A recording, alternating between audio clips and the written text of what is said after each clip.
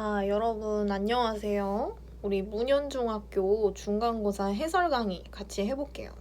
그래서 저번에 얘기한 대로 맨 처음에는 다 같이 우리 시에 대한 공통 강의를 다 듣고 필기를 꼼꼼하게 잘 해보시고 그 다음에 그걸 다 듣고 나서 이제 개별적으로 자기가 틀린 문제만 골라서 들으시면 됩니다. 자, 그래가지고 이제 문현중학교 시험에 나오는 다양한 우리 시들 같이 한번 살펴보고 그 다음에 이제 문제풀이로 넘어갈게요. 자, 그래서 가희에 나오는 열무 30단을 이고 시장에 간 우리 엄마 이거. 자, 이거는 우리 교과서에서 많이 봤던 기영도 시인의 엄마 생각이라는 시죠. 자, 그래서 시 내용을 같이 한번 살펴볼게요. 열무 30단을 이고 시장에 간 우리 엄마. 자, 열무 30단이 굉장히 무겁겠죠. 자, 이거를 지고 시장에 갔다는 건 왜 갔을까? 이거를 팔러 간 거겠지. 자, 그리고 안 오시네. 해는 시든지 오래. 자, 해가 시들었다 이렇게 표현을 해요. 자, 해가 시들었다는 게 뭘까? 해가 이미 진지 오래됐다 이런 표현이에요. 자, 그래서 엄마가 무거운 열무를 지고 시장에 가고 오랫동안 안 오시는 모습을 이렇게 감각적으로, 굉장히 감각적으로 표현을 하죠. 자, 이게 기영도 시인의 특징이에요. 자, 그리고 엄마의 삶이 어때 보여요? 굉장히 고된 엄마의 삶의 모습이 보이는 거죠. 자, 그래서 나는 찬밥처럼 방에 담겨 이렇게 얘기했어요. 내가 찬밥 같대. 그래서 방에 담겨 있대. 자, 뭐뭐처럼 뭐뭐 같은 이런 것들은 이제 직유법이라고 표현을 하죠. 직유법을 통해서 나를 찬밥에 비유해요. 자, 근데 왜 하필 찬밥일까? 밥이 차잖아요. 자, 차갑잖아요. 그럼 나의 쓸쓸함과 외로움이 더 강조되겠죠. 자, 이런 걸 바로 촉각적 심상을 통해서 우리 화자의 외로움을 효과적으로 표현한다. 이렇게 얘기를 하죠. 아무리 천천히 숙제를 해도 엄마 안 오시네. 배춧잎 같은 발소리 타박타박. 자, 발소리가 배춧잎 같대. 자, 이거는 어떤 모습이에요? 지친 모습이지. 지친 엄마의 발걸음을 배춧잎 같은 발소리 이렇게 표현을 하고 있어요. 자, 그리고 안 들리네. 어둡고 무서워. 자, 우리 화자의 지금 마음은 어때요? 너무너무 어둡고 무서워. 자, 그리고 상황을 보니까 금간 창틈으로 고요히 빗소리. 자, 창틈에 금이가 있대. 그리고 비도 내려. 자, 이런 걸 통해서 우리 화자가 굉장히 가난한 형편이다라는 거를 알 수가 있어요. 그래서 빈방에 혼자 엎드려 훌쩍거렸대. 되게 이제 혼자서 울었던 그 날을 이제 떠올리는 거예요. 여기까지가 1연의 내용이었지. 우리 화자의 어떤 쓸쓸했던 어린 시절을 떠올리는. 자, 그러면서 2연으로 넘어가면 아주 먼 옛날 이렇게 얘기하고 있어요. 자, 이걸 통해 우리가 알 수 있는 거, 아, 화자가 지금 어른이 됐구나 라는 걸 알 수가 있는 거예요. 지금도 내 눈시울을 뜨겁게 하는 그 시절, 내 유년의 윗목 이렇게 표현하는데, 저 윗목이 뭘까? 저 윗목이 뭐냐면 우리 옛날 집이 이제 굉장히 크잖아요. 이제 가족들이 한 번에 많이 같이 사니까 집이 이렇게 큰데, 여기 가운데쯤에 보면은 이렇게 아궁이를 때는, 불이 이렇게 아궁이를 때는 이제 소뚜껑이 있고 아궁이를 때는 그 영역이 있어요. 자, 그러면은 방이 이렇게 여러 방이 있을 거 아니야? 방이 여러 방이 있으면 여기 아궁이 근처에 있는 요런 방들은 굉장히 따뜻하겠죠. 따뜻해요. 따뜻한데 이런 데는 굉장히 차갑겠죠. 왜냐하면 지금 여러분들 집처럼 보일러가 있는 게 아니기 때문에 이 아궁이 주변에 있는 방들은 따뜻한데 그 옆으로 가 쪽으로 갈수록 점점 차가워져요. 굉장히 차가운 방이에요. 자, 여기를 뭐라고 부르냐면 윗목이라고 그래요. 윗목. 윗목이 차가워요. 자, 그러니까 그때 내 기억에 나는 그 시절이 내 유년에, 유년이라는 건 어린 시절이에요. 어린 시절에 윗목이다 이렇게 표현한다는 거는 지금 굉장히 쓸쓸했던 그때의 기억을 이런 차가운 느낌으로 계속해서 표현을 하는 그런 시인 거예요. 자, 여기까지가 기영도 시인의 엄마 생각 이런 내용이었고 직유법과 감각적 표현을 잘 활용하는 이제 그런 모습을 볼 수가 있어요. 자, 그 다음에 이제 나에 나오는 시는 여러분들이 처음 보는 시일 거예요. 당황스러웠을 텐데 이제 이것도 그냥 잘 읽어보면서 감상을 하시면 돼요. 진주장터 생어물전에는 바닷밑이 깔리는 해다진 어스름을 자 일단은 이 시의 특징은 진주장터 생어물전 진주에 있는 어떤 시장에 생선 같은 거 파는 그런 장소 아주 구체적인 배경을 제시를 하고 있죠. 자, 이렇게 배경을 구체적으로 얘기하면은 어떤 효과가 있어요? 굉장히 사실적이고 현실적인 느낌이 들지.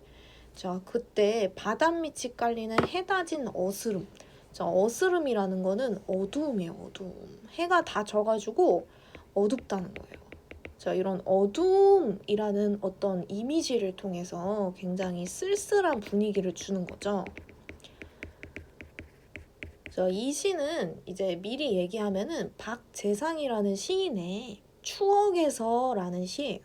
이 박재상 시인의 추억에서 라는 이제 시고 이 시도 계속 읽으면서 한번 내용을 살펴보면은 울 엄매의 장사 끝에 남은 고기 몇 마리에 빗바라는 눈깔들이 속절없이 은전만큼 손 안 닿는 한이던가. 자, 엄매가 뭐예요? 엄매? 엄매는 엄마예요. 자, 이렇게 의도적으로 방언을 사용하면서 굉장히 토속적인 분위기 주고 있어요. 자, 근데 엄마가 장사를 하나 봐. 여기 생어물전에서. 자, 근데 고기가 남았어요.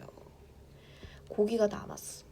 자, 그래서 이 고기들이 남았으니까 얘네들이 쫙 깔려 있는데 그 눈깔들이 이제 어떤 느낌이 드냐면 은전만큼 손이 안 닿는 한 이렇게 얘기해요. 자, 여러분들은 은전이 뭐냐면 은으로 만든 동전이에요. 예전에는 이렇게 동전을 실제로 동이나 은으로 만들었다 그래요. 자, 그러니까 은으로 만든 동전, 은전이 뭘 의미하는 거예요? 돈이지, 돈. 돈인데 돈이 손에 안 닿는 한이 있대. 이게 무슨 뜻일까? 자, 이게 바로 어려운 경제적 상황을 얘기하는 거겠죠. 우리 집은 은전이 손에 닿질 않아. 이게 이제 돈이 많이 없다는 거죠. 그러면서 울 엄매야 울 엄매 우리 엄마 하면서 계속 이렇게 부르면서 계속해서 약간 구슬픈 분위기를 주고 있어요. 자, 그리고 뒤에도 보면은 별밭은 또 그리 멀리 우리 오누이의 머리 맞댄 골방 안 되어 손시리게 떨던가 손시리게 떨던가. 자, 이분이 지금 오누이라는 거 보니까 누나나 여동생이 있나 봐요. 자, 근데 누나는 이제 골방에 있나 봐. 근데 손을 시려가지고 떨던가? 이렇게 물어봐요. 골방이 추우니까 손이 시리니까 떨었겠죠. 근데 굳이 떨었던가? 이렇게 물어봐. 자, 이런 걸 바로 우리 서리법이라고 그러지. 서리법.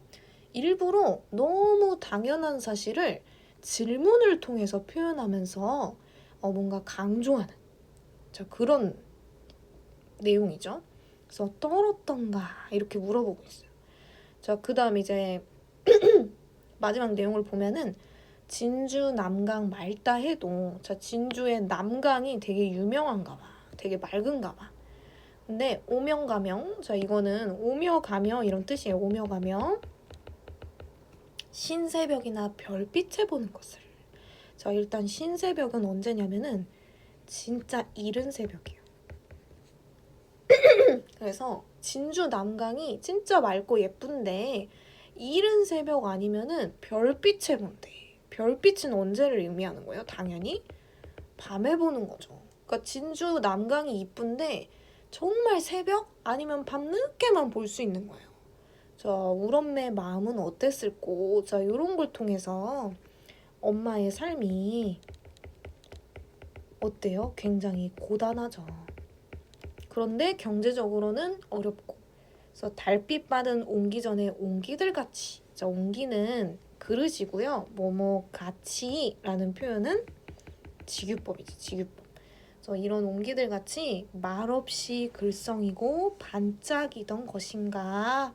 자, 계속해서 서리법으로 이제 마무리하면서 우리 집안의 상황, 뭐 그랬던 기억들을 이런 것들을 잘 표현하고 있어요. 자, 여기까지가 박재상의 추억에서에 대한 내용이었어요. 자, 그래서 우리 가와 나시의 공통점은 좀 어때요? 좀 어린 시절에 대한 회상이 이제 들어가는 것 같죠. 그리고 또 어머니의 삶이 굉장히 힘든 거를 안타까워하고 있어요. 그쵸?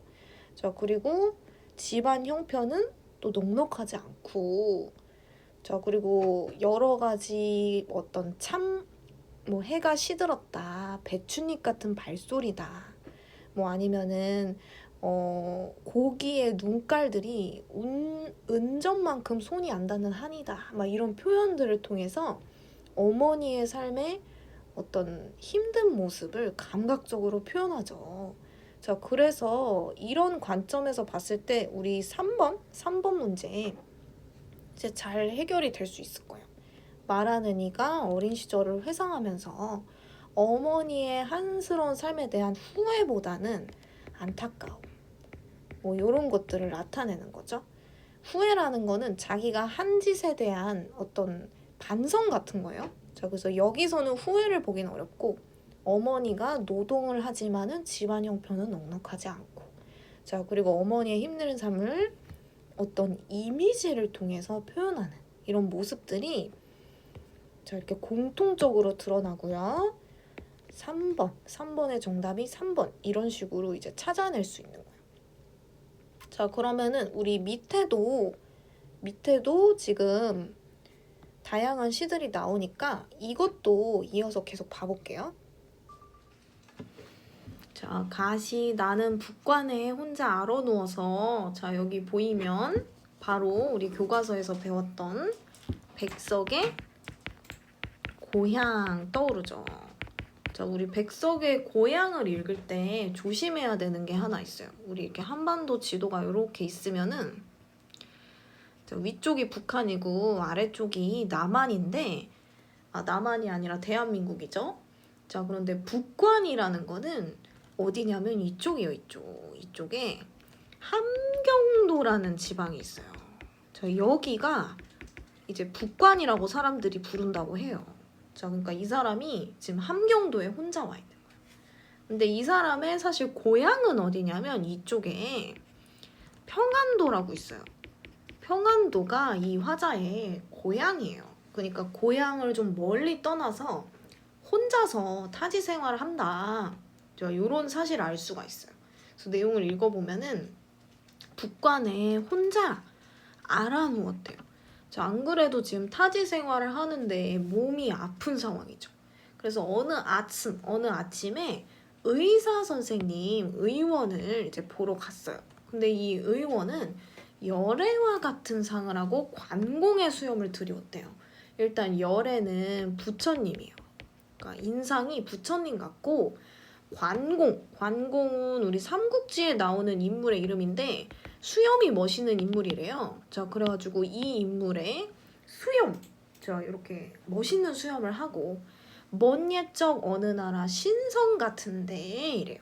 자, 신선이 뭐냐면은 우리 도교라는 종교에서 나오는 그런 개념인데, 자연과 함께 물화일체된 그런 모습을 가진 사람이 이제 신선이라고 한대요. 그래서 이 의원분 모습이 마치 신선 같았어요.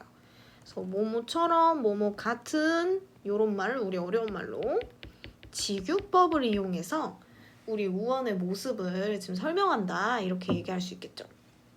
자, 그리고 새끼 손톱 길게 돋은 손을 내어서 묵묵하니 한창 맥을 짚더니 문득 물어 고향이 어디냐 한대. 자, 이 의원분이 맥을 막 짚다가 그런데 고향이 어디세요? 이렇게 물었어. 그랬더니 내가 뭐라고 대답하냐? 평안도 정주라는 곳입니다.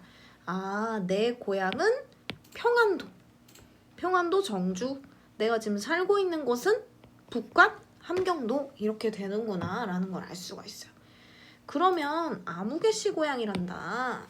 자, 의원분이 평안도 전주? 그러면은 아무개씨 고향이잖아요. 이렇게 얘기한 거예요. 근데 여기서 이제 아무개씨가 뭐냐면 이제 아무개라는 거는 어떤 이름을 그냥 이렇게 포괄적으로 그냥 부른 거거든요. 예를 들면은 이제 누구누구씨 이런 거죠. 이 시에다가 실명은 거론하지 않고 그냥 누구누구씨 고향이라고 하셨어요. 이렇게 얘기를 한 거예요. 자, 그러니까 내가 아무개씨를 아세요? 한즉 의원이 빙긋이 웃음을 띠고 막역지간입니다 하면서 수염을 쓰셨어요. 자, 막역지간이 뭘까요? 정말로 정말 막역할 만큼 친한 친구. 다시 말하면 허물이 전혀 없을 만큼 정말 친한 친구. 허물이 거의 없는. 자, 그런 친구 사이다라는 거예요. 자, 그러니까 의원분은 아무개씨랑 친구 사이 이렇게 되는 건데 그냥 친구가 아니고 막역지간. 자, 그랬더니 내가 뭐라 그러냐? 나는 아버지로 섬기느니라. 아버지로 섬기느니. 자, 그럼 내가 아버지로 섬기는 이는 누구예요? 나의 아빠죠.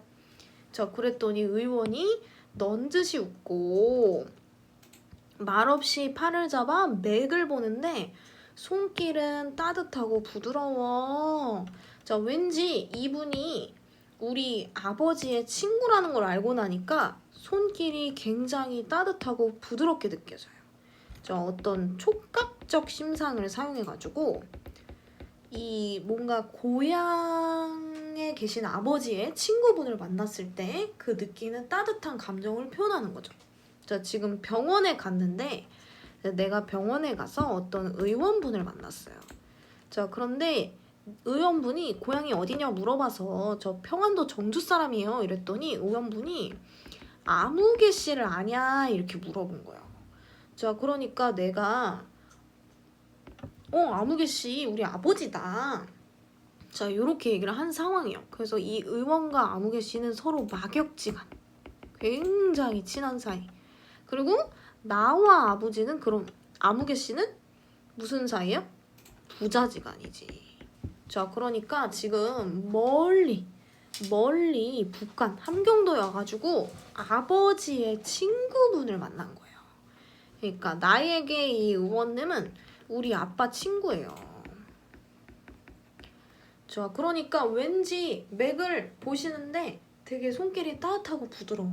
그래가지고 마치 고향도 아버지도 아버지 친구도 다 있었다. 자, 그곳에서 어떤 고향에 대한 향수를 느끼게 된 거죠. 자, 이게 가의 백석의 고향에 대한 내용이었어요. 자, 그런데 이제 나도 고향에 대한 시인데 이제 나는 이제 어떤 시냐면 우리 정지용이라는 시인의 고향이에요. 우리 체크 책 페이지 16쪽에 보면은 이 시가 이제 실려 있어요.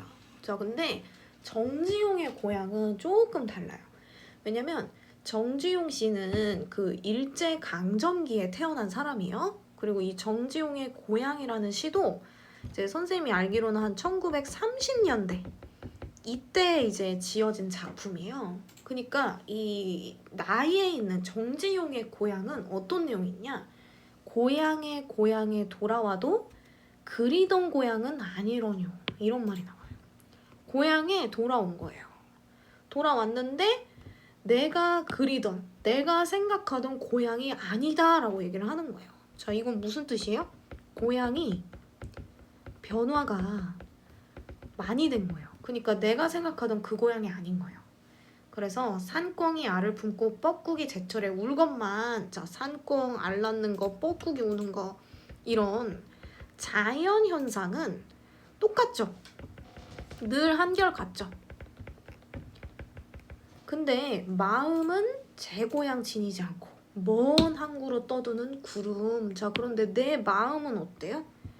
내 고향을 지니지 않았다. 다시 말하면 여기가 나의 고향으로 느껴지지 않는다. 이런 뜻이에요. 자, 그리고 먼 항구를 떠도는 구름에 비유를 하는 거예요. 구름에. 자기 모습이 이제 고향을 잃고 떠도는 구름 같다는 거예요. 자, 그래서 옆에 내용을 계속 읽어보면은 오늘 매 끝에 홀로 오르니 왜라는 건 여러분 산입니다. 산. 한 점 꽃이 인정스레 웃고 어린 시절에 물던 피리 소리 아니 나고. 자, 어린 시절에 고향에서 우리 풀피리를 불었는데 이제 그 소리가 안 나. 그래서 메마른 입술에 쓰디 쓰다. 자, 우리 메마른 입술에 쓰디 쓰다. 이거 무슨 심상일까요? 쓴맛. 미각적 심상이죠? 미각적 심상을 이용해가지고 변해버린 고향에 대한 안타까움. 그리고 이미 이 과거와는 너무 다른 고향의 모습에 대한 씁쓸함 이런 것들을 표현하고 있어요. 그래서 다시 한번 고향에 돌아와도 그리던 하늘만이 노푸르구나. 자, 변하지 않은 건 하늘밖에 없고 다 변했다라는 이 변해버린 고향에 대한 안타까움을 나타내는 것이 바로 정지용의 고향이라는 시였어요. 자, 그래갖고 똑같은 고향에 대한 내용인데 이제 가와 나의 고향에 대한 관점이 조금 다르죠. 그쵸? 자, 그 다음에 마지막 다를 보면은 넓은 벌 동쪽 끝으로 예디하게 지줄되는 실개천이 휘돌아 나가고 얼룩배기 황소가 해설피 글빛 게으른 울음을 우는 곳 그것이 차마 꿈엔들 이칠래야. 자, 그곳 꿈에도 잊을 수 없는 그곳을 얘기하고 있는데 자, 마찬가지로 고향에 대한 이야기를 하는 시예요.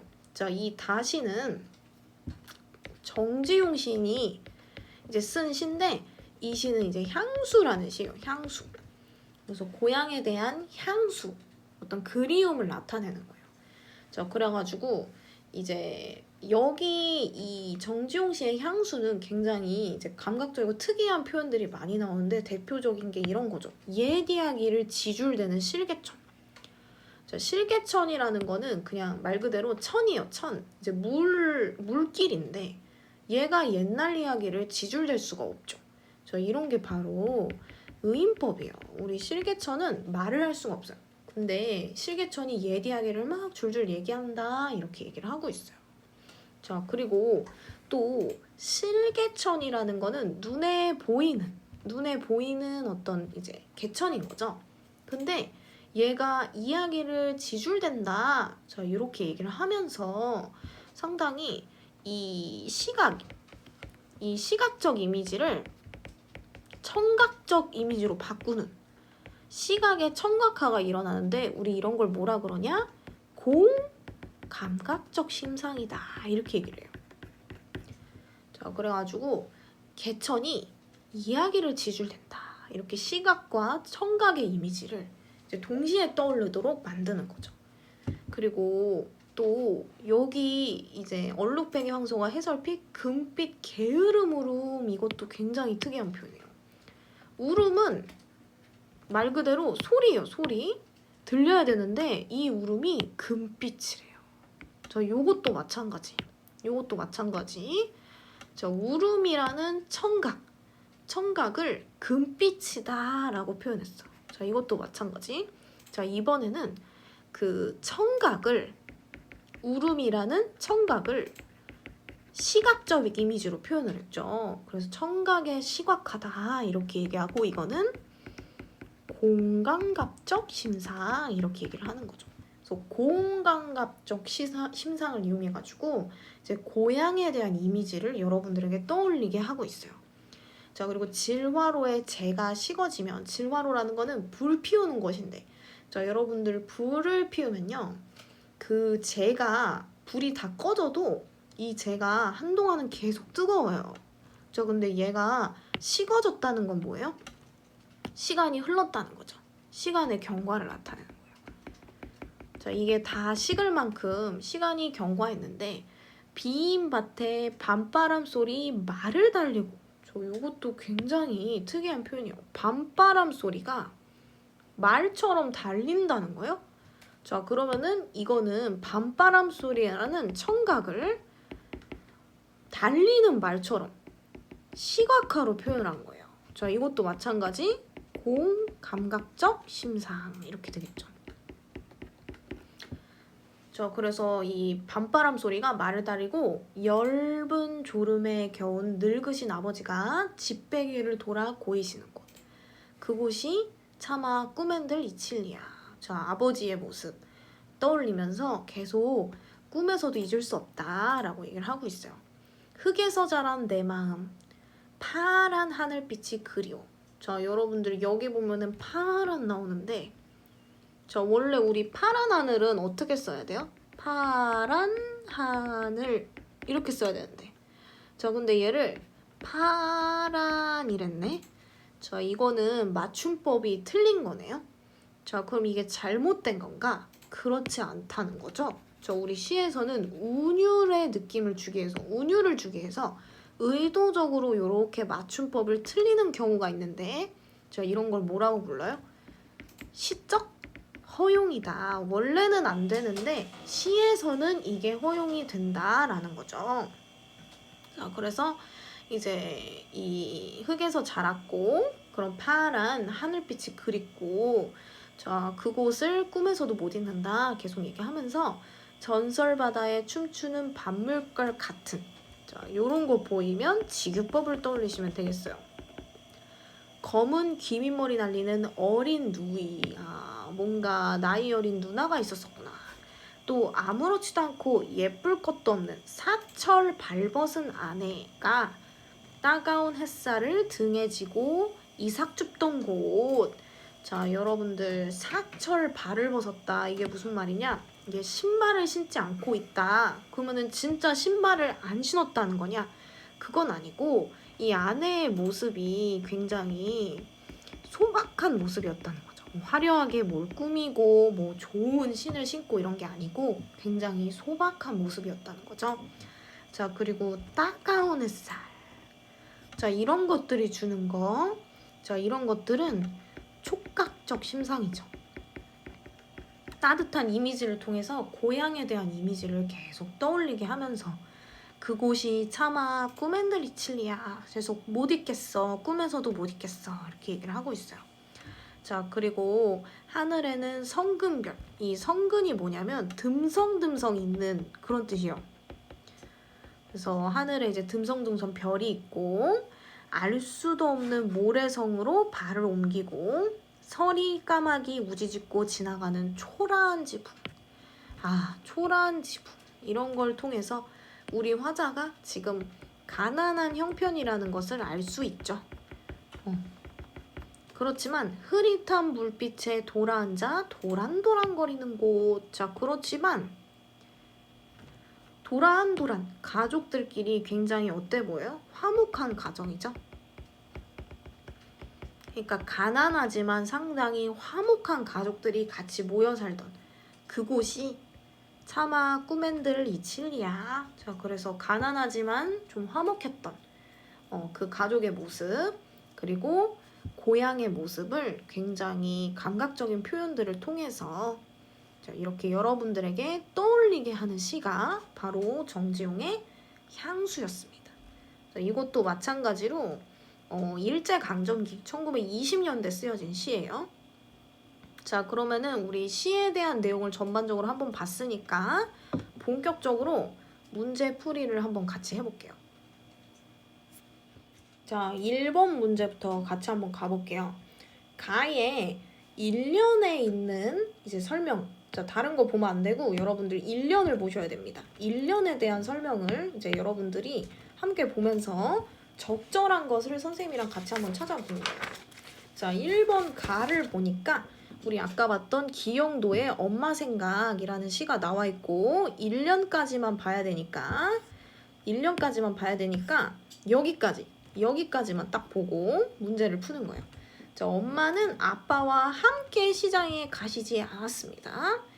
그 다음에 나의 집은 창에 금이가 있고 늦은 시간 창밖에는 고요한 비가 내리고 있나요? 그렇죠. 금간 창틈으로 고요히 빗소리라는 말이 완전히 이 2번 보기가 맞는 보기라는 것을 정확하게 얘기해주고 있어요. 정답이 2번이에요. 2번. 이 문제 틀리신 친구들은 이 기본적으로 지문이랑 시 자체를 자세히 읽지를 않은 거기 때문에 정말 이런 실수는 절대로 하면 안 됩니다. 자, 그리고 3번 내용도 보면 엄마가 늦게까지 오지 않는 상황을 기뻐하지 않고요. 지금 울고 있고요. 또 한여름 서늘한 빈방에 앉아서 찬밥을 먹은 게 아니라요. 나의 초라한 모습을 찬밥처럼 비유를 한 거예요. 나는 어둡고 무서운 집안에서 울면서 시장에 열무를 사러 가신 게 아니고요. 팔러 가신 거죠. 팔러 간 엄마를 기다리고 있는 거죠. 자, 여기 열무 30단을 이고 시장에 갔다고 엄마가 이 열무를 이고 갔다고 얘기를 하고 있어요. 이거는 다시 말하면 사러 간 게 아니고요. 팔러 간 거죠. 자, 1번 문제 같은 경우는 정말로 실수하면 안 되는 그런 문제예요. 자, 그 다음에 2번으로 넘어갈게요. 이제 기억과 동일한 표현 방법 보는데 기억이 보니까 가시 이 엄마 생각에 있는 그 시절 내 유년의 윗목 자 요거랑 동일한 표현 방법을 써라 라고 하는데 자 이게 뭐냐 그 시절은 내 유년의 윗목이야. 그 시절은 내 유년에서 정말 차가웠던 기억이야 라는 거죠. 자 이거 어떤 표현법이에요? A는 B다 라는 표현법이죠. 자 다시 말하면 은유법을 찾으라는 거예요. 여기 밑에 있는 거 중에 은유법을 찾으라는 거예요. 내 마음은 호수. 자 이거 은유법이죠. 1번입니다. 산더미 같은 파도 지규법입니다. 요람에서 무덤까지 이거 무슨 법일까요? 자 요람은요. 아이들이 태어나면 눕히는 곳을 요람이라고 해요. 무덤은 뭐예요? 사람이 죽으면 눕는 곳이죠. 요람에서 무덤까지는 그럼 어떤 의미예요? 태어나서부터 죽을 때까지. 자, 태어났을 때 사람들이 요람에 눕혀지죠. 죽으면 무덤에 눕혀지죠.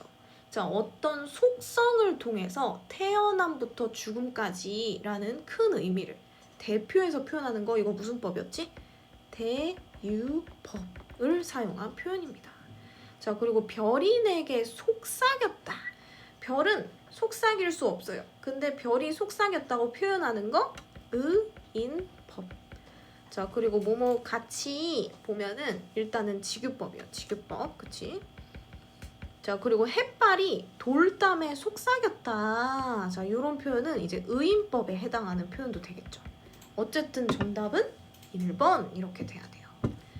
자, 그 다음에 3번 같은 경우는 앞에서 한번 풀어봤는데 이제 가와나 기영도 시인의 엄마 걱정 그리고 박재삼 시인의 추억에서의 공통점은 이제 어린 시절을 회상하면서 어머니의 고된 노동을 생각하면서 어머니의 힘든 삶을 굉장히 감각적으로 표현하는 자 이런 것들이 공통점이 될 수 있겠죠.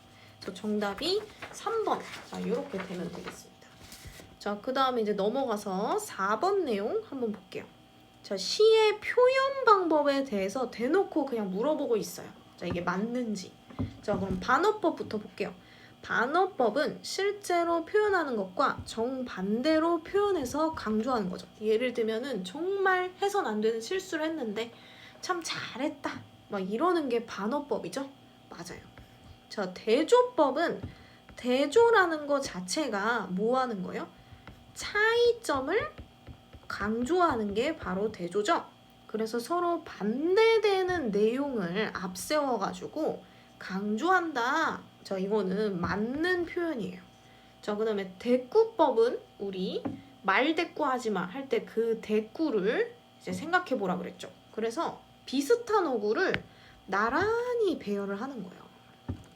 뭐 예를 들면은 너 지금 몇 시야? 왜 이제 왔어? 막 이렇게 하면은 뭐 지금 9시인데요? 막 이런 식으로 말대꾸 하잖아요. 이렇게 비슷한 어구를 나란히 배열해서 변화를 주는 거. 자 그리고 역설법은 반어법과 비슷해 보이지만 조금 다른 게 뭐예요? 얼핏 보기에 약간 잘못된 표현 같아. 논리적으로 조금 안 맞아. 대표적인 게 이것은 소리 없는 아우성 이런 표현이에요. 아우성은 소리를 외치는 건데 어떻게 소리가 없을 수 있어요? 자, 이런 게 대표적인 역설법의 모습인 거죠. 언뜻 보기에는 뭔가 논리적으로 잘못된 것 같지만 사실 그 안에 어떤 뜻이 담긴 거예요. 자, 그럼 서리법은 뭐였냐?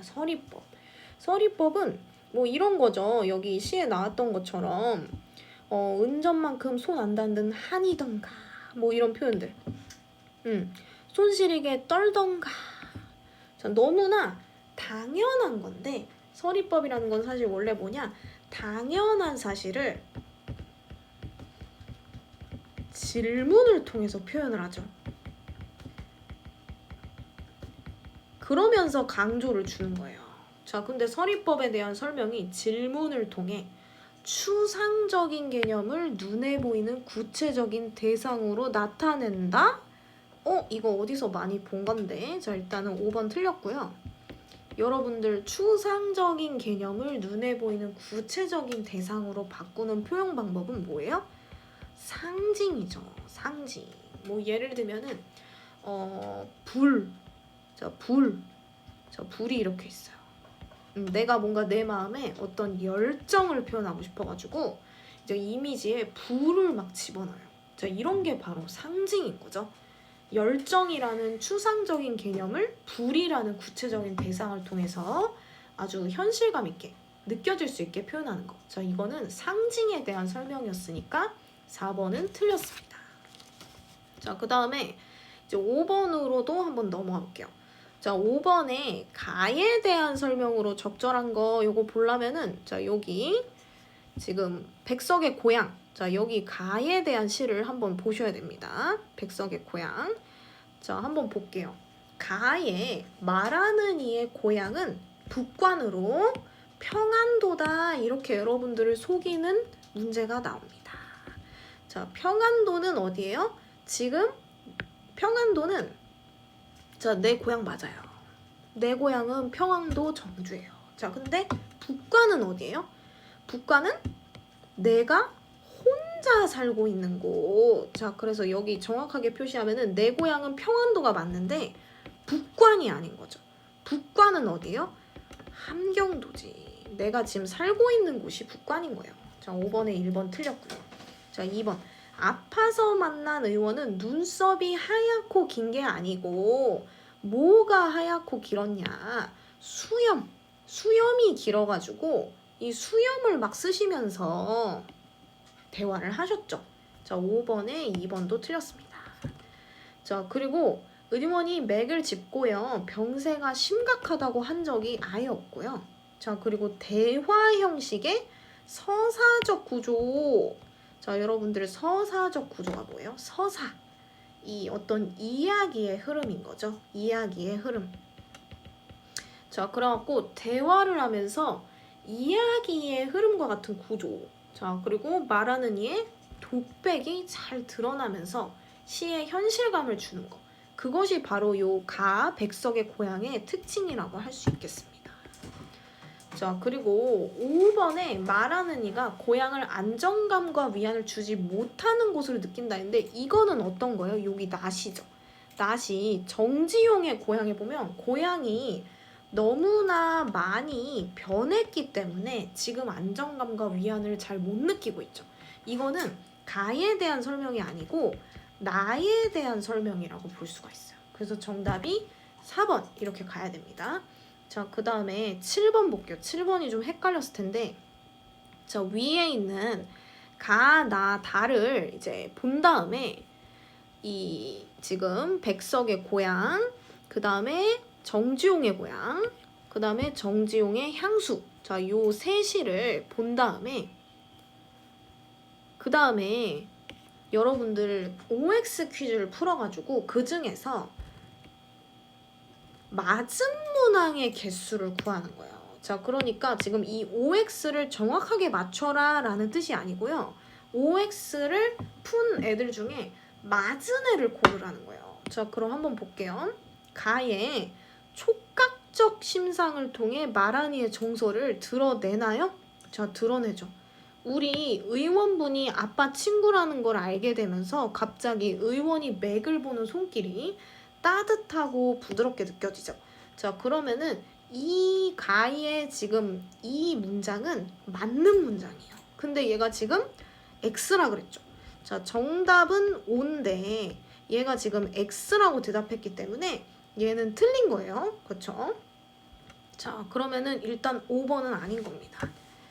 자, 그 다음에 이제 나 보면은 낫이 정지용의 고향을 보면은 말하는 이와 대상 사이에 아무개씨라는 공통의 매개체. 자, 우리 말하는 이와 대상 사이에 아무개씨라는 공통의 매개체가 존재하는 것은 나가 아니라 가죠. 자, 그러면 이 지문은 정답이 X가 돼야 되는데 얘가 X라고 했죠. 그러니까 얘는 맞는 거죠. 자, 그 다음에 다를 보면은 고향에 정착해서 근근히 살아가는 말하는 이의 모습이 나타난다. 자, 보면은 요 다시 보면은 자, 정지용의 향수인데 얘가 지금 뭐라 그러냐? 그곳이 차마 꿈엔들 잊혀지지 않는다. 자, 다시 말하면 이 사람은 지금 고향을 떠난 거예요. 고향을 떠나고 계속해서 고향의 과거의 모습을 계속 서술을 하면서 고향을 그리워하는 거예요. 자, 근데 정착을 해서 근근히 살아가는 거? 자, 이거는 아니고요. 얘는 정답이 X가 돼야 되는데 지금 O라고 얘기했기 때문에 이 퀴즈를 틀린 거예요. 자, 그러면은 4번도 답이 아닌 거예요. 자, 그 다음에 이제 나, 다를 동시에 볼게요. 나는 지금 이 정지용의 고향이고 다는 정지용의 향수인데 저 얘가 긍정적 의미의 시어를 반복했냐. 자, 여러분들 나는요 어떤 내용이냐. 고향에 돌아왔는데 예전에 내가 그리던 그 고향이 아니야. 너무 많이 변했어. 그래서 내 마음이 막 구름 같아. 막 이런 얘기 하는 거예요. 지금 여기 와도 안정을 못 느껴. 메마른 입술이 너무 써. 막 이런 내용이에요. 자, 다시 말하면 이 지금 긍정적 시어를 반복해서 고향에 대한 그리움을 드러내는 거는 정답이 아닌 거죠. 근데 얘가 지금 아니라고 했죠. 그러면 4번이 지금 여러분들 맞은 문항으로 들어가는 거예요. 자, 그 다음 마지막 가나다 전체를 보면은 고향에 대한 말하는 이의 생각이 잘 드러나죠. 이 세 시가 모두 고향에 대한 이야기를 하는 시로. 자, 이거는 맞는 말이고요. 얘가 맞다고 했죠. 그러니까 얘가 맞는 거죠. 그러면은 이 중에서 퀴즈를 풀었는데 맞은 문항의 개수는 몇 개냐라고 물어보면은 3개다. 이렇게 대답을 하시면 되고 7번은 굉장히 헷갈리는 내용이었다. 이렇게 생각을 하시면 될 것 같아요. 자, 여기까지가 이제 시에 대한 내용이에요. 자, 계속해서 이제 다음 글을 읽고 자, 여기 넘어가 보면은 자, 여기 이제 8번 문항부터 이제 볼게요. 자, 보면은 우리 걱실걱실이 일 잘하고 얼굴이 예쁜 계집애인 줄 알았더니 시방 보니까 눈깔이 꼭 여우새끼 같아. 자, 이 부분 보니까 자, 누가 떠올라요? 우리 김유정 작가의 동백꽃이 떠오르죠. 여러분들 교과서에 있는 동백꽃이에요.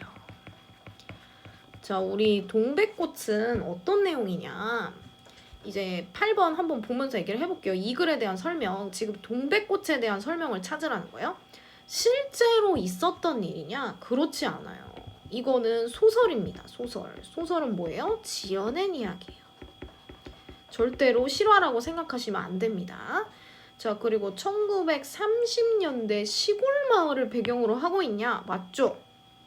자, 우리 김유정 작가도 일제강점기 때 활동했던 작가고 1930년대 이 소설이 인기가 있었던 이유 자체가 이제 이런 시골 마을에 동백꽃, 자, 이런 토속적인 소재라 그러죠. 토속적 시제. 이 토속적 소재를 통해서 사랑을 받았던 일제강점기 이렇게 나라를 빼앗긴 상황일수록 이런 토속적 소재들이 더 이제 선호가 되어지는 거죠. 정답이 2번이고 가난하고 초라한 어떤 모습보다는 우리 여주인공 이 걱실걱실이 일 잘하고 얼굴 예쁜 계집인지 알았더니 눈깔이 꼭 여우새끼 같다라고 이제 표현을 한 우리 여주인공 점순이는 가난한 집 딸이 아닙니다. 굉장히 부잣집 딸입니다. 점순이는. 자, 그 다음에 어린 시절 고향에서 즐겁게 지냈을 시절을 그리워하는 그런 내용이 아니에요. 이거는 이 어린 17살 정도 되는 두 아이의 순수한 사랑을 그린 내용입니다. 그리고 가족에게 무관심하고 뭐 성공만 쫓고 이런 내용이 전혀 아니에요. 자, 8번은 정답이 2번이고 이런 문제는 여러분들이 꼭 맞춰줘야 되는 문제 중에 하나입니다.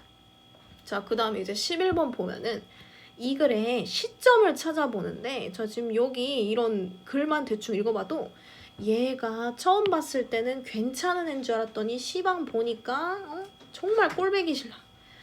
그 나도 모르는 사이에 내가 수탉을 담배로 때려버렸어. 자, 요런 내용을 보면은 이게 1인칭이면서 주인공 시점이다 라는 것을 알 수가 있어요. 특히 우리 순돌이라는 아주 눈치 없고 순박한 남자 주인공의 관점에서 이 소설이 쓰여진 거죠. 자, 그러면은 1인칭 주인공 시점을 찾으시면 돼요. 사건의 주인공 나가 자신의 이야기를 직접 서술하는 게 맞습니다. 이거 말고 다른 건 답이 없어요. 이 11번 같은 문제도 여러분들 실수하지 마시고 꼭 맞춰줘야 되는 문제 중에 하나입니다. 자, 그 다음에 이제 12번으로 넘어가면 자, 이 소설에서 동백꽃과 감자의 역할 굉장히 중요합니다. 자, 일단은 감자는 자, 어떻게 된 거예요? 맨 처음에 이제 순돌이가 이 점순이랑 그냥 엮이지 않고 그냥 대면 지내려고 하는데 갑자기 점순이가 와가지고 야, 너 집에 이거 없지? 하면서 감자, 봄 감자가 제일 맛있는 건데 이거 너 먹어 이렇게 주는 거예요. 자, 그런데 순돌이가 어떻게 해요? 니나 먹어라 이러죠. 자, 순돌이가 왜 이렇게 까칠하게 반응했어요? 니네 집에 이거 없지? 라는 이 말이 너무 자존심이 상했던 거예요. 그래가지고 순돌이가 이렇게 까칠하게 반응을 했던 거예요. 그래서 감자는 나를 향한 점순이의 관심이면서 또 이 감자가 이 두 사이에 갈등을 일으키는 요소가 되는 것도 맞는 거죠. 자, 그래서 정답이 1번이에요. 가장 적절한 거 1번. 자, 그리고 우리 동백꽃은 이 소설에서 어떤 느낌이요? 자, 둘이 엄청나게 싸워요. 엄청나게 싸우다가 이 순돌이가 한 대 퍽 때렸어요. 점순이네 그 닭을 한 대 퍽 때렸는데 그 닭이 어떻게 됐냐? 죽어버렸어요. 자, 그래가지고 이 순돌이가 어떻게 해요? 울죠.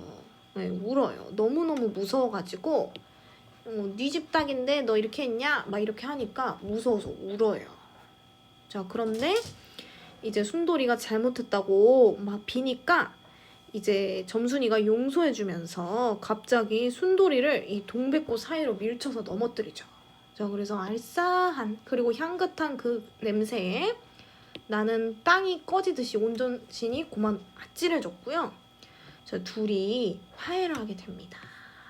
자, 그래갖고 동백꽃이라는 거는 이 두 사람의 화해에 대한 분위기를 조성하는 거죠. 그렇죠? 자, 그래가지고 동백꽃이 굉장히 서정적이고 향토적인 분위기를 조성하면서 점순이와 내가 화해를 하는 분위기를 조성하게 만드는 거예요. 반면에 감자는 점순이가 나를 향해서 관심을 보여주는 역할을 하면서 동시에 두 사이에 갈등이 일어나는 계기가 되는 거죠. 그래서 12번은 정답이 1번 이렇게 가야겠습니다. 자, 그리고 13번 이 글을 이 동백꽃이라는 소설을 읽고 가장 이해를 잘한 사람을 고르래요. 수경이 첫사랑은 이루어지지 않는다.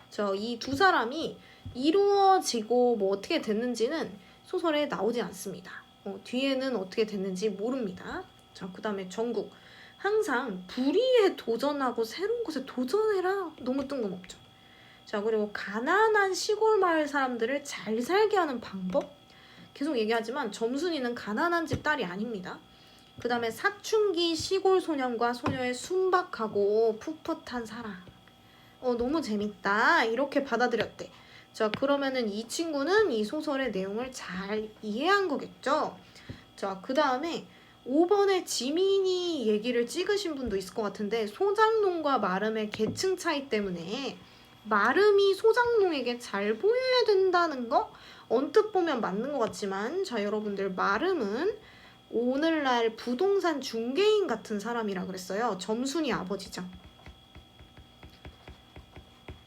그 당시에 상당히 부와 어떤 사회적 지위를 동시에 가지고 있는 직업이에요. 근데 소장농은 뭐예요? 자기 땅이 없어갖고 땅주, 그러니까 지주에게 월세를 내고 세를 내고 농사를 짓는 거죠. 자, 그래서 소장농은 일반 농민들 중에서도 특히 더 가난한 그게 바로 소장농이에요. 자, 그러면은 거꾸로죠. 거꾸로 소장농이 마름에게 잘 보여야 되는 상황을 우리 점순이와 순돌이의 모습을 통해서 볼 수가 있는 거죠. 그래서 정답이 5번이 틀린 거예요. 4번입니다. 자, 그 다음에 이제 기역부터 미음의 뜻풀이가 일단은 잘못된 거 고르라고 돼 있는데 기역부터 한번 볼게요. 자, 기역을 보면은 걱실걱실이 일 잘하고 얼굴이 예쁜 계집인지 알았더니 자, 보니까 걱실걱실을 성질이 사납고 행동을 시원스럽게 한다 이렇게 써 있는데 자, 여러분들 일단 답이 1번이고요. 자, 이 말을 잘 생각해 보세요. 자, 처음에 점순이를 봤을 때 걱실걱실이 일을 잘하고 얼굴이 예쁜 애인 줄 알았어 라고 얘기를 했어. 자, 근데 여기 보면은 얼굴이 예쁘다는 거 칭찬이잖아. 자, 그러면은 앞에 있는 걱실걱실이 일을 잘한다는 것도 뭐가 돼야 돼요? 칭찬인 거예요. 칭찬. 이게 지금 긍정적인 의미인 거예요. 근데 시방 보니까 눈깔이 여우새끼 같다. 처음에 좋게 봤는데 지금은 아니네 이렇게 가야 돼. 자, 그러니까 걱실걱실이라는 의미를 잘 몰라도 일단 1번은 무조건 틀린 거예요. 자, 그리고 걱실걱실한 게 사실은 어떤 뜻이냐면 성격이 너그러워. 성격이 너그러워요. 그래가지고 말과 행동을 시원시원스럽게. 그래서 실제로 이제 점순이 보면은 어른들이 너 시집가야지 막 이렇게 얘기해도 이제 너그러운 성격으로 이제 잘 대답을 하고 자, 이런 걱실걱실한 성격을 볼 수가 있습니다. 그래서 1번이 틀린 거고 뭐 니은에 홉뜨고 자, 이거 누나를 위로 굴리고 눈시울을 치뜨고 뭐 그리고 여기 디귿에 봉당 이 봉당은 우리 체크에 설명이 안 돼 있는데 이 봉당이 뭐냐면 안방과 건너방 사이에 마루를 놓지 않고 흙바닥으로 둔 곳이에요. 그래서 이 봉당은 그러니까 마루나 이런 게 없어요. 이게 없고 근데 이제 앉아 있을 수 있게 걸터 앉을 수 있게 흙바닥으로 둔 곳이에요. 그래서 거기에 사람들이 이렇게 앉아서 일을 하고 할 수 있게. 그래서 디귿도 이제 맞는 표현입니다. 봉당에 대한 설명 이거 맞고요. 자, 그 다음에 안팡스레가 몸 작아도 다부지고 다부진 면이 있게. 자, 맞고 배채. 자, 이렇게 되면 나도 다른 배채를 차리지 않을 수 없다. 이게 어떤 일을 하기 위한 꾀. 자, 그래서 2번부터 5번은 전부 맞는 내용입니다. 자, 이렇게 됩니다. 자, 그러면은 이제 15번 문제로 넘어가 볼게요. 자, 이제 15번. 자, 15번을 보려면은 자, 여기 이제 가와 나의 차이를 좀 봐야 되는데 자, 가의 서술자를 나의 서술자와 같이 바꿨을 때 효과를 서술하래요. 자, 근데 여기 가를 보니까 내가 오늘 아침에 목격한 일이다. 나무를 캐러 가던 옆집 마름집 딸 점순이가 울타리를 엮고 있는 순돌이의 등 뒤로 살며시 다가가서 얘 너 혼자만 일하니? 하고 물어봤다. 자, 가의 서술자는 누구예요? 자, 우리 학습활동에 나오는 내용인데 이 가의 서술자는 사실 이웃집 아주머니입니다. 그래가지고 이 3인칭의 관점에서 3인칭 관찰자의 입장에서 지금 점순이와 순돌이의 모습을 지켜보고 있는 거예요.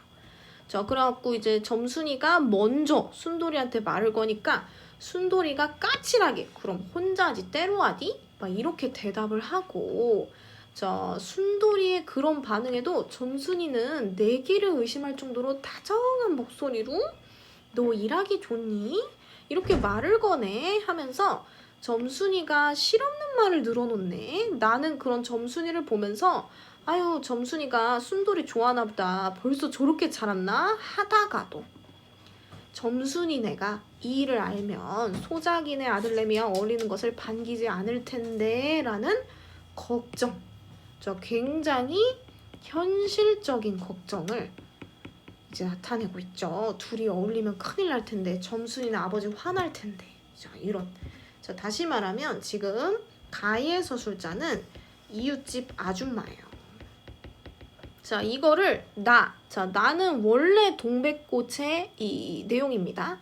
이 순돌이의 관점에서, 자, 이거 순돌이의 관점에서 점순이가 나를 좋아하는지도 모르고, 왜 감자를 갖다 주고, 왜 이렇게 말을 거는지도 모르고, 얘가 미쳤나 이렇게 생각하는, 자, 아주 순수하고 눈치 없는 순돌이의 모습으로 이렇게 화자를 바꿔버린대요. 그러니까 서술자죠. 소설이니까 서술자를 바꿔버렸을 때 그 효과가 뭐냐라는 거예요. 자, 그러면 답을 한번 찾아볼게요. 서술자는 점순이의 성장을 부정적으로, 자, 우리 아주머니에서 순돌이로 서술자가 바뀌었을 때 점순이의 성장을 부정적으로 바라보는 게 아니고요. 나의 관심을 끄고자 하는 점순이의 행동과 의도가 더 알기 쉽게 전달되는 거는 오히려 아줌마가 봤을 때 그런 거죠. 그리고 서술자가 소작인의 아들과 마름의 딸이 어울리는 것을 걱정스럽게 바라보는 관점도 아줌마의 눈에서 봐야지 보이는 거예요.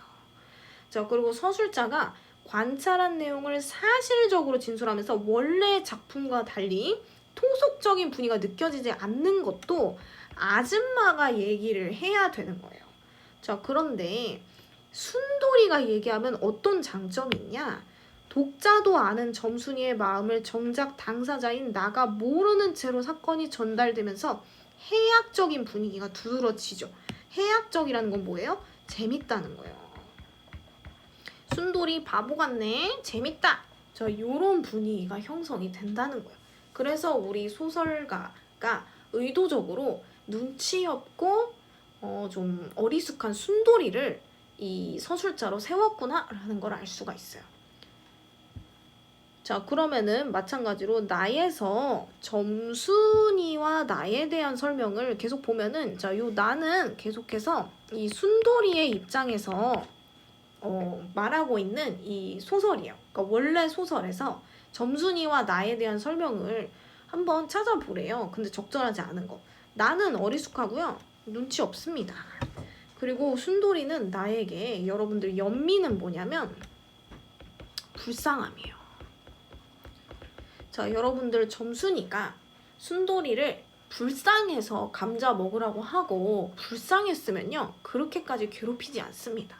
이거는 연민이 아니고 이제 좋아하는 거죠. 좋아하는데 이 애정이 거절당하니까 얘를 괴롭힌 거예요. 이게 연민의 마음이 아닙니다. 자, 그 다음에 나는 평소와 다른 점순이의 모습을 보고 얘가 미쳤나 이렇게 생각을 하죠.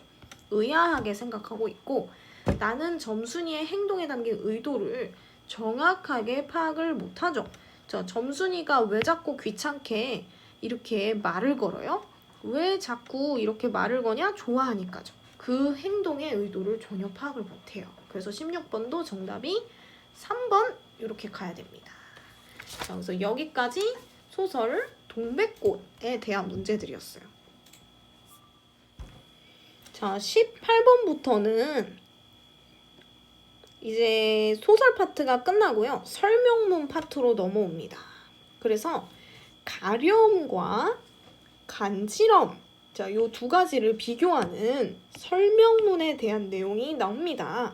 자, 그래가지고 이 설명문에 대한 내용과 일치하지 않는 거 고르기, 그 다음에 기억에 사용된 설명 방법과 동일한 설명 방법 구하기, 자, 요런 문제들이 나와요. 자, 일단은 18번은 글을 꼼꼼하게 읽기만 한다면 여러분들 모두 맞출 수 있는 그런 내용이에요. 자, 가려움이 몸 전체 피부에서 나타날까요? 한번 읽어볼게요. 자, 먼저 가려움을 살펴보면은 벌레가 팔 위를 누비는 상황을 생각하면 된대요. 굉장히 성가시죠?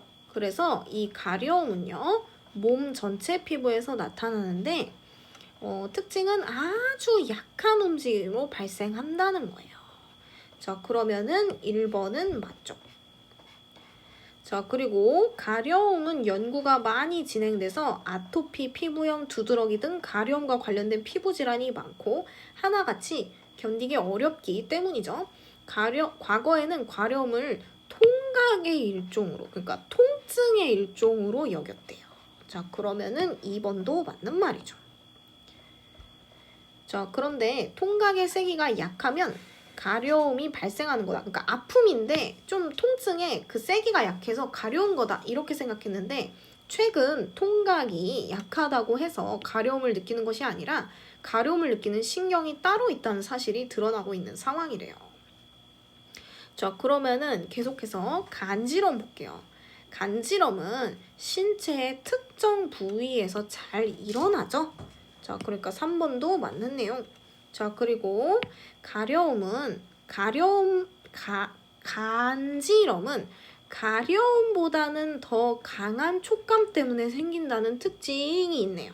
자, 그러면은 여러분들 근데 상식적으로 생각을 해봐도 가려운 거는 뭐 벌레가 기어다닌다거나 뭐 아니면 옷 사이에 머리카락이 껴도요 굉장히 가렵습니다. 자, 근데 간지럼은 의도적으로 간지럼을 느끼도록 태우죠. 자, 그러니까 간지럼이 가려움보다는 좀 더 강한 통증으로, 강한 촉감으로 생기는 거예요. 정답이 4번이죠. 4번은 완전히 반대말이에요. 간지럼이 가려움보다는 더 강한 촉감 때문에 생기는 게 맞습니다. 자, 그리고 간지럼도 가려움과 마찬가지로 이전에는 통각으로 여겼었고, 그리고 이제 실제로 솜털로 고양이를 간지럽히는 실험을 해봤더니 고양이의 통각과 관련된 신경이 반응했고, 그러면은 간지럼이 통각과 관련이 있다라고 주장했는데요. 마이에 보면은 그런데 1990년 이와 반대되는 연구 결과가 나왔습니다. 척수 손상 때문에 통증을 아예 못 느끼는 환자들도 간지럼을 탈 수 있대요. 자, 그럼 간지럼의 원인이 통각만이 아니었던 것입니다. 자, 그래서 간지럼의 원인은 다시 혼란에 빠지게 됐고 현재는 촉각과 통각의 혼합이 유력한 후보로 꼽히고 있으며 압각, 진동각 등 여러 감각과의 연결성이 제시되고 있으니까 5번도 맞는 거죠. 자, 그래서 18번 같은 경우는 본문의 내용을 꼼꼼하게 읽어보기만 해도 풀 수 있는 내용입니다. 자, 그 다음에 19번 기억에 사용되는 설명 방법. 이처럼 견디기 어렵게 간지러운 느낌은 두 가지로 나눠볼 수 있는데 하나는 가려움, 하나는 간지럼. 자, 이거 뭐예요? 구분이죠. 일정한 기준을 통해서 나누는 거예요. 자, 그럼 여러분들이 요 밑에서 구분을 찾아내면 돼요. 폭포는 절벽에서 곧장 때려져 내리는 물줄기입니다. 정의죠, 정의. 검은고는 줄이 6개인데 반의 가야금은 12개입니다. 차이점을 제시한다. 대조. 토끼가 잠을 자는 바람에 거북이가 이긴 거야. 토끼가 잠을 자서 거북이가 이긴 거야. 인과죠, 인과. 영화나 드라마는 모두 영상 언어를 활용하는 대중매체, 영화와 드라마의 공통점을 얘기하는 비교고 답이 5번이 되겠네요. 그 내용을 읽어보면 악기는 소리를 내는 방법이라는 어떤 기준에 따라서 현악기, 관악기, 타악기 이렇게 나누죠. 이게 바로 구분입니다. 구분. 자, 그 다음에 20번 내용 한번 볼게요. 자, 마찬가지로 설명 방법에 대한 문제예요. 근데 기역과 니은에 공통으로 들어가는 거 찾으래요. 자, 기역은 똑같이 간지리는 자극인데 왜 내가 할 때는 웃음이 안 나나요? 자, 이거 다시 말하면 간지리는 자극을 내가 한 거랑 남이 한 거로 대조를 한번 해보겠다라는 뜻이에요. 그래서 결론부터 얘기하면 내가 간지리는 것은 예측할 수 있기 때문입니다. 자, 우리 때문입니다 나오면 무조건 인과예요. 인과. 원인과 결과. 자, 그럼 기역은 대조인과 이렇게 되겠네. 자, 그 다음에 이제 니은 볼게요. 니은. 영국에서 로봇으로 간지리는 실험을 했는데 이때 실험 참가자는 간지럼을 타지 않았어요. 왜? 눈으로 본 로봇의 움직임을 예측할 수 있었기 때문입니다. 보이면 일단 인과. 자, 그 다음에 처음에는 움찔했을지 몰라도 사람처럼 색이나 위치가 계속해서 바뀌지 않거든요. 그런데 예상 범위를 벗어나도록 속도나 범위의 변화를 주면은 그때는 타더라. 자, 이건 뭐예요? 처음에는 간지럼을 안 탔는데 예상 범위를 벗어나도록 변화를 주니까 간지럼을 탔다. 자, 이거는 대조죠. 자, 그래서 공통적으로 사용된 방법을 찾아라. 그러면은 인가와 대조 이렇게 가면 되겠습니다. 자, 그 다음에 22번 볼게요. 22번. 자, 이제부터는 글을 고쳐쓰기와 관련된 문제들이 나옵니다. 자, 여러분들 우리 고쳐쓰기 할 때 자, 순서가 있어요. 제일 먼저 고쳐쓰기 할 때 자, 일단은 먼저 글을 써야겠죠. 자, 그래서 글을 계획을 합니다. 자, 그 다음에 이제 어떤 내용을 써야 되나 계획을 했으면은 이제 내용을 생성을 합니다. 자, 이때 자료도 막 모으고 수집하고 막 어떤 내용이 여기 들어가야 되는지 생성을 해요. 그 다음에 어떤 내용이 나와요? 내용을 이제 조직해야겠죠. 자, 그래서 조직하게 할 때 가장 중요한 게 뭐예요? 개요를 작성합니다. 그리고 이제 내가 생성했던 자료들 중에서 쓸 것들 설정하고 그리고 설명 방법을 어떻게 할지를 결정을 해요. 자, 그 다음에 초고를 작성을 합니다. 그 다음에 고쳐쓰기가 되는 거예요. 자, 그러면은 글을 고쳤을 때는 자, 제일 먼저 어디를 봐야 되나? 글 전체를 한번 봐야겠죠. 맞아요. 큰 거부터.